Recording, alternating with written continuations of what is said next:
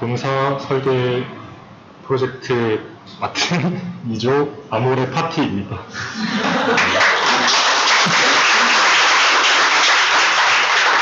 아모레 파티 뻔하죠? 저희는 다음과 같은 순서로 발표를 진행할 예정인데요. 오버뷰, 개요에 대해서 살펴보고, 그 다음에 작업 과정, 그 다음에 산출물, 그 다음에 마지막으로 리뷰하는 형태로 진행하겠습니다. 우선 아모레 퍼시픽은 다들 아시다시피 신용산역에 위치하고 있고요. 용산의 고밀도 상업지구에 위치한 업무시설입니다. 연면적이 무려 18만 8천 세대에 달하는데 지상으로는 22층, 지하는 7층, 총 29개 층으로 구성되어 있습니다. 그런 건축가는 데이비드 치퍼필드라고 하는 영국 건축가인데요. 세계적으로 유명한 모더니즘 건축가이고 국내에도 사례가 많이 있었습니다.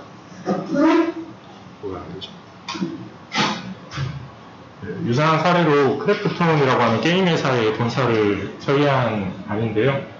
보시다시피 가로, 세로의 어떤 루버랑 그리드를 많이 살린 근대주의 건축가라고 볼 수 있겠습니다. 네, 다음으로는 작업 과정인데요. 우선 저희 팀 소개를 먼저 하고 넘어가겠습니다. 네, 아주 귀엽죠?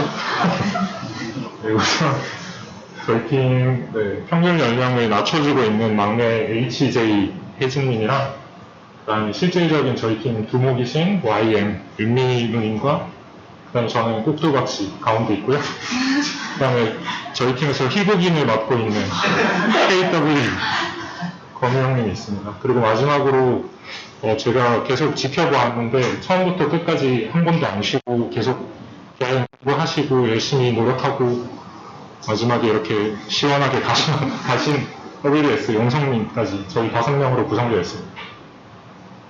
우선 작업이 조금 흐려서 안 보이는데 레빗 작업을 파란색으로 분류를 했고요. 각자 패밀리 작성과 그리고 그것으로 모델링을 할 수 있도록 최대한 레빗 작업은 골고루 분배를 하는 게 맞다고 판단해서 진행을 했고 제가 중앙에서 취합하고 검토하고 하는 식으로 진행을 했습니다.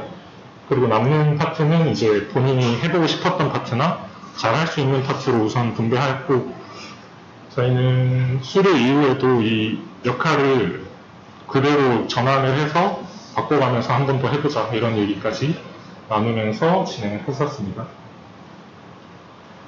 다음은 노션인데요.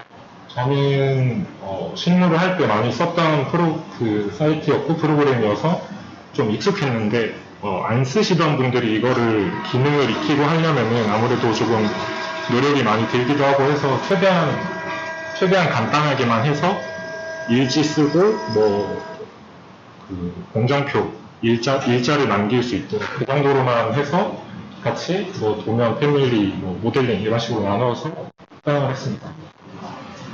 그리고 업데이트가 되면은 카톡을 통해서 어떤 내용 업데이트 했는지 서로 파일이랑 작업 내용 공유를 하였고요. 그리고 저희는 그 로컬 네트워크 외에도 그 클라우드를 운영하는데요. 이거를 한 이유는 뒤에서도 나오겠지만 좀 두 가지였습니다. 외부에서도 접근이 가능하도록 인터넷만 있으면 접속 가능하도록 클라우드를 사용했고 그리고 로컬에서 파일 용량이 무거워진다던가 혹은 만에 하나에 대비해서 하드가 고장난다던가 이런 거에 대비해서 클라우드를 운영해서 노션과 동일한 그 네이밍을 가지고 폴더명을 만들었습니다. 그래서 다음으로는 4가지 단계로 작업이 진행이 되었는데요. 답사를 다녀오고 도면을 분석을 하고 그 다음에 모델링을 하고 그 모델링에서 빠진 부분들, 기타 부분들 체크하고 마지막에 간섭 충돌하고 그 다음에 도면과 시각화 이렇게 총 4가지 단계로 진행했습니다. 앞서 말씀드린 그 클라우드 사용하는 부분에 대한 것과 연계가 되는데요. 저희 팀은 그 중앙 파일을 사용하는 것이 아니라 링크로 작업을 했습니다. 그 이유는 앞서 말씀드린 작업 파일이 좀 손상이 오거나 하는 것도 대비를 하고자 했고 중앙 파일이 계속 누적되면 파일이 엄청 커져서 작동이 되지 않을 것 같다는 판단에 좀 상층부, 하층부로 쪼갠다던가 해서 링크를 쓸 수 있는 데까지 최대한으로 끌어서 해보자 라는 식으로 했고요. 그리고 이거 제가 알게 된 작은 꿀팁이라 공유를 드리는데요. 링크 걸 때 링크 파일의 작업 세트 관리를 클릭하면 레벨이나 그리드 이런 걸 끌 수가 있습니다. 그러면 가져왔을 때 이게 어떻게 보면 일종의 레이어 체계다 보니까 필요한 것만 가져오고 링크 결합할 때도 필요한 것만 할 수 있고 그런 식으로 해서 뭐 여차하면 중앙 파일화 하는 것도 손쉽게 되는 거를 확인을 했습니다. 그래서 저희는 저층부랑 상층부 나누어서 작업했고요.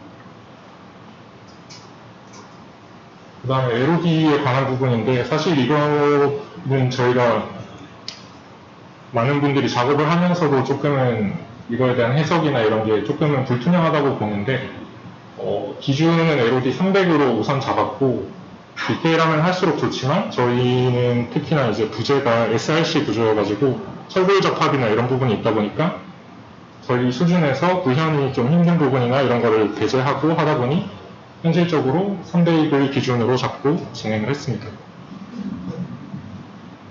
그 다음 이제 산출물인데요. 참고로 저희는 영상은 없고 사진으로 대체하도록 하겠습니다. 저희가 제일 처음 답사를 갔을 때 마주했던 뷰를 그대로 구현을 해서 투시도를 찍었고요. 이게 레빗에서 작은 화면에서 있다가 이렇게 산을 깔고 막 나무 심고 이렇게 해서 찍어보니까 이게 실제로 이런 과정을 거쳐서 탄생을 했겠구나 라는 것들을 느끼면서 되게 좀 감회가 새로웠습니다. 다음으로는 일람표인데요. 저희는 패밀리 작성을 그 층별로 그리고 그 부재 사이즈별로 이런 식으로 크게 나누어서 작업을 했고 층수가 많다 보니까 부재가 상당히 많이 나왔습니다. 지금 다음이 이제 구조 프레임인데 프레임 보호죠? 보호가 9,000 몇백 개가 나오더라고요. 그래서 이게 좀 버벅거리고 하는 현상이 좀 유발하긴 했었는데 그래도 링크로 분할해서 하는 방식으로 좀 가볍게 최대한 해서 잘 마무리됐습니다.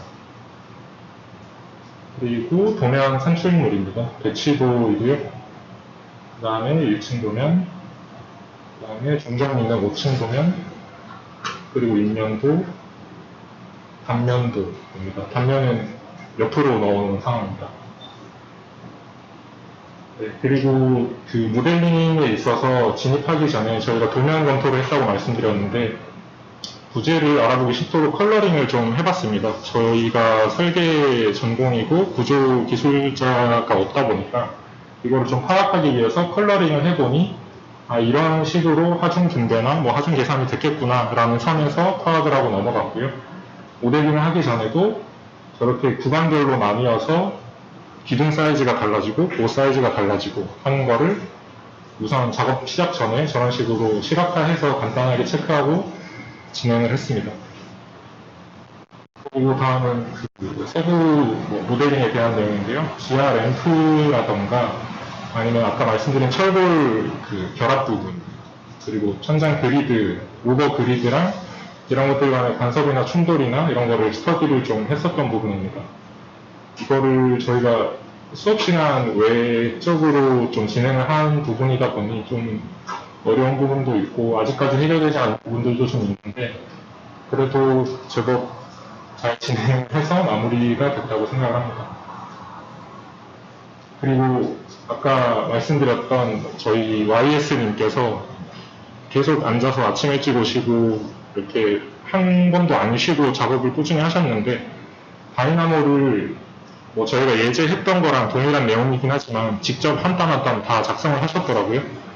그래서 덕분에 그거를 가지고 마감재를 형성하고 형상 결합하는 것까지 자동화를 했습니다. 그 다음 라이노 툴 활용을 하였는데요. 그 QGIS 데이터 기반으로 주변 지형물과 건물들을 층고에 맞게 모델링을 하였습니다. QGIS가 저는 설계 전공이다 보니까 되게 좋은 툴이고 엄청난 그 포텐셜이 있다고 생각을 하는데 저런 각종 지역이나 건물이나 이런 기반 데이터만 가지고 있다면 정말 많은 것을 할 수 있겠구나라는 것을 느꼈습니다. 그래서 좌측에 보이시는 것이 용산구의 층별 고도에 따른 그 컬러링을 입힌 거고요. 우측은 이제 지적도와 건물명을 따서 저희가 작업해야 될 영역을 분류하고 진행한 사진입니다.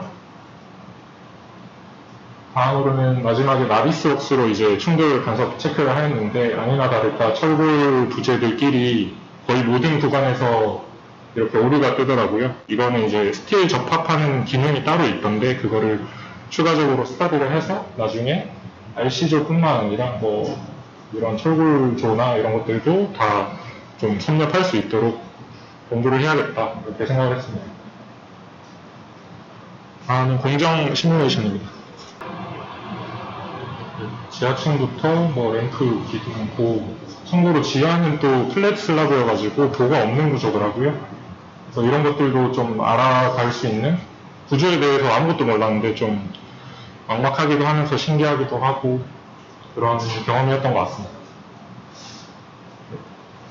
주시고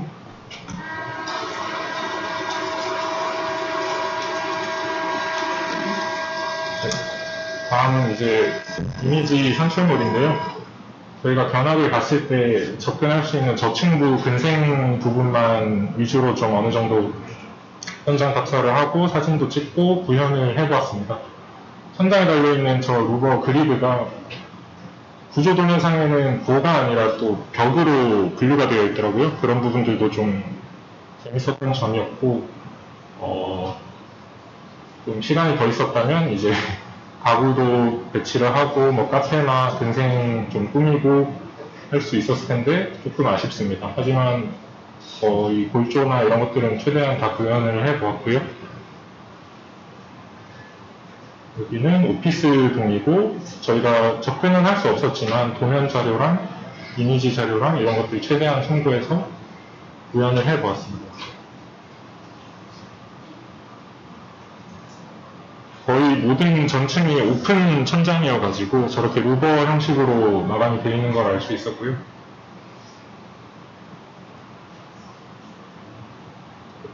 바깥에 있는 그 흰 색깔의 그 루버가 이런 뭐 채광이나 이런 것도 조절하는 거를 고려를 해서 설계가 됐지 않을까 이런 생각을 해봤습니다. 그리고 어떻게 보면 이 건물의 하이라이트인 그 중정 공간인데요. 이게 외부에 개방된 게 아니라 그 아모레퍼시픽 본사에 근무하는 이제 이용객들을 위한 근로자들을 위한 이런 중정 공간과 보이드 공간 이런 식재도 심어져 있고 하는 것들이 되게 회사의 복지라고 할까요? 그런 것들이 많이 고려된 것 같아서 되게 좋기도 하고 멋있기도 하고 네, 그랬습니다. 그 다음에 옥상 같은 경우는 저희가 조금 변형을 주어봤는데요. 사실은 원래 여기가 태양광 패널로 전체가 다 덮여있고 안에 트러스 구조나 이런 구조랑 설비 관련된 게 들어가 있는데 저희가 사실 그 부분 미처 확인 못하고 옥상 녹화를 해가지고 이런 정원처럼 꾸미자 해서 저희 윤미 누님께서 이걸 뚝딱뚝딱 만들어 주셔가지고 이런 형태로 한번 구상을 해봤습니다. 그리고 마지막 이미지고요. 마지막 리뷰입니다. 이거는 잠깐 쉬어가는 타임으로 제가 넣은 건데요. 저희가 이거는 아모레퍼시픽 로고를 가지고 조형물 만들자고 이렇게 만들어 놨는데 미처 넣는 것까지는 상상을 못해서 이미지로 배치를 하였고요. 레빗이라는 툴을 가지고 좀 새롭게 이렇게 프로젝트를 진행하려고 하다 보니까 정말 쉽지 않은 부분도 많고 프로그램이 무겁기도 하고 선택만 해도 막 렉이 걸리고 막 그러더라고요. 그런 것들도 되게 낯설지만 좀 색다르고 배워놓으면 어쨌든 활용 가치는 충분히 있다고 생각을 했고 팀원들이랑도 이번에 다 미처 못한 것들 채울 수 있도록 좀 더 추후에도 계속 노력해서 진행하자고 그런 식으로 팀원들끼리 마무리를 잘 지었습니다. 그리고 마지막 소감입니다. 네, 글자가 너무 작네요. 다들 같이 해서 좋았다는 내용이고, 네.